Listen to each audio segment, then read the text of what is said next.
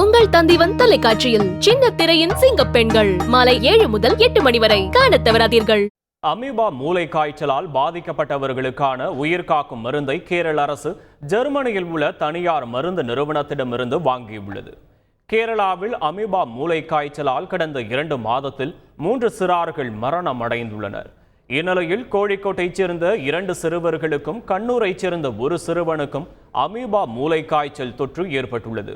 இதில் கோழிக்கோட்டைச் சேர்ந்த 2 சிறுவர்களின் உடல்நிலை நன்றாக உள்ளதாகவும் கண்ணூரை சேர்ந்த 3 வயது சிறுவனுக்கு தீவிர சிகிச்சை அளிக்கப்பட்டு வருவதாகவும் தெரிவிக்கப்பட்டுள்ளது. இந்நிலையில் அமீபா மூளை காய்ச்சலால் பாதிக்கப்பட்டவர்களுக்கான உயிர்காக்கும் மருந்தை ஜெர்மனியில் உள்ள தனியார் மருந்து நிறுவனத்திடமிருந்து கேரள அரசு வாங்கியுள்ளது. 3,19,000 மதிப்பிலான இந்த மருந்தை விபிஎஸ் ஹெல்த் கேர் என்ற தனியார் நிறுவனம் இலவசமாக வழங்கியது குறிப்பிடத்தக்கது.